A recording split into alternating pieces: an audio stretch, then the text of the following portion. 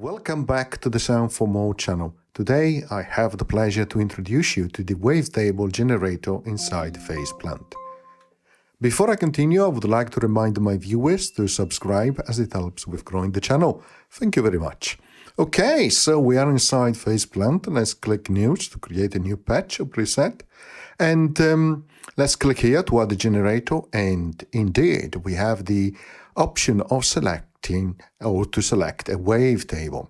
Now that's fantastic news. I love synth which support wavetable. Now as you can see here, traditional controls, you can enable, disable grouping, renaming it. You can enable, disable the wavetable generator here, and of course you can click on the X to close it. Use your controls here for the level, the pitch and semitone scent, the multiplier in terms of harmonic, the tuning, and of course the phase. But here now you have the option to change the wavetable. So what is a wavetable? Well, think about as a collection of waveforms. How many? 256, which are called frames as well, and each waveform contains 2048 samples. Now, you have the ability to load the number of wavetable. You click here where it says default wavetable, and you go to this fantastic window, which allows you to choose by different categories the type of waveforms that you would like to load. So let's say, for example, that we want something to go from square to sine. Okay. And I love, by the way, the presentation here on the window is really nice because it shows you where to go. So the starting position and the end as well. So you can see here on frame number 1, you have a square. Now you can click and hold, and as you hold here on the frame, you can move up to increase the position on the table. And eventually you get to a point where it starts to change. You can see you have rounded corners here. And when you go to 256, it has become a sine waveform. So think about it as morphing, in this case morphing from a square to a sine. Okay? Of course, it doesn't have to be only a square or a sine. You can go back into the category, you can go to acoustic, and you might have a lot of other different selection, like for example piano. And it's interesting to notice how it morphs.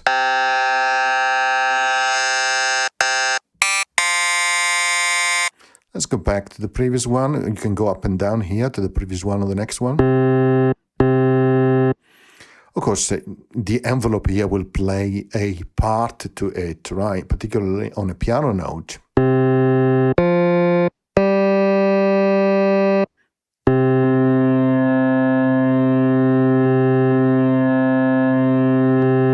Now you can load also additional waveforms.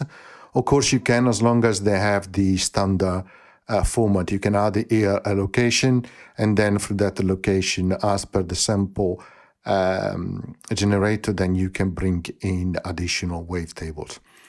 So let's try a few more.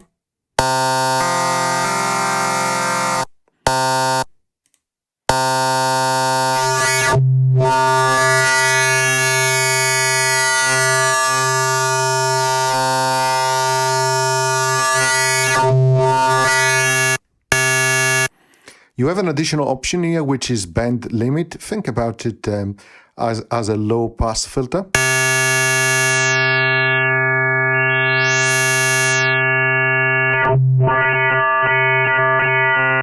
Which is very useful because as you move from one waveform to the next, it might be too sharp. So it is nice to have a band limit here.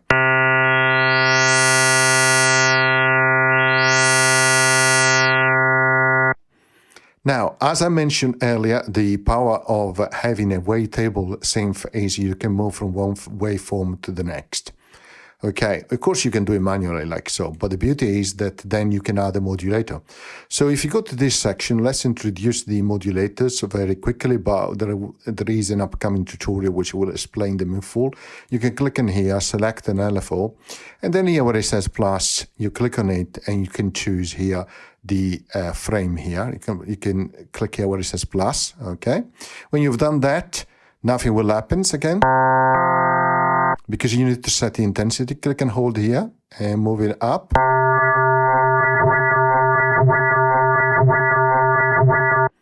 Click outside to finish off.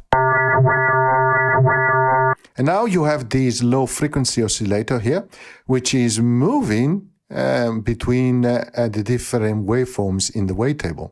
And as you can see here, you can see the changes on the waveform. And as it's doing that, if you play some notes, you move from one waveform to the next, which is the key characteristic of having a wavetable synth, or in this case, a wavetable generator.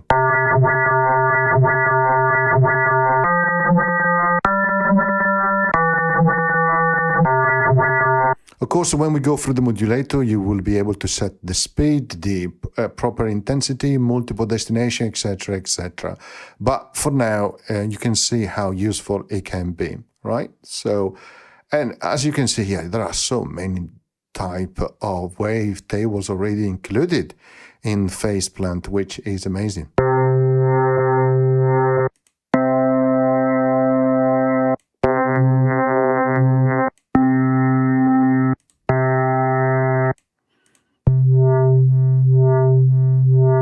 Even some vocals.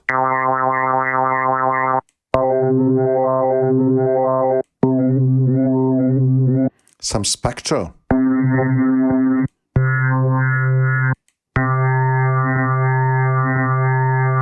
Some noisy one.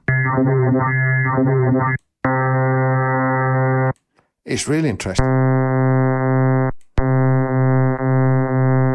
Some screams.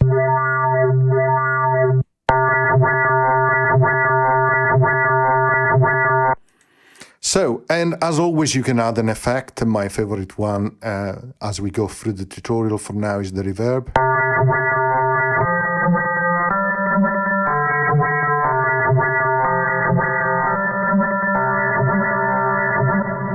And of course, you can come down here, click again, add another wavetable. Why not?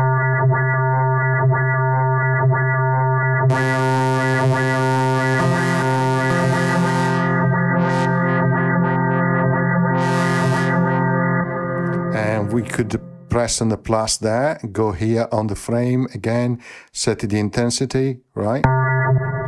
And carry on like that.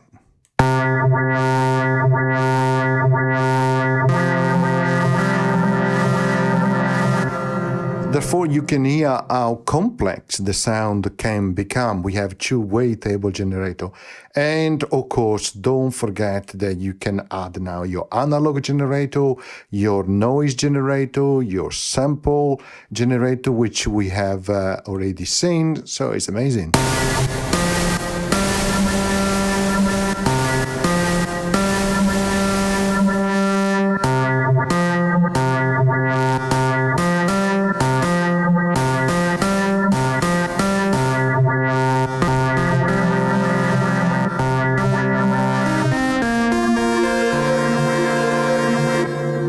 So you can create some really, really unique effects.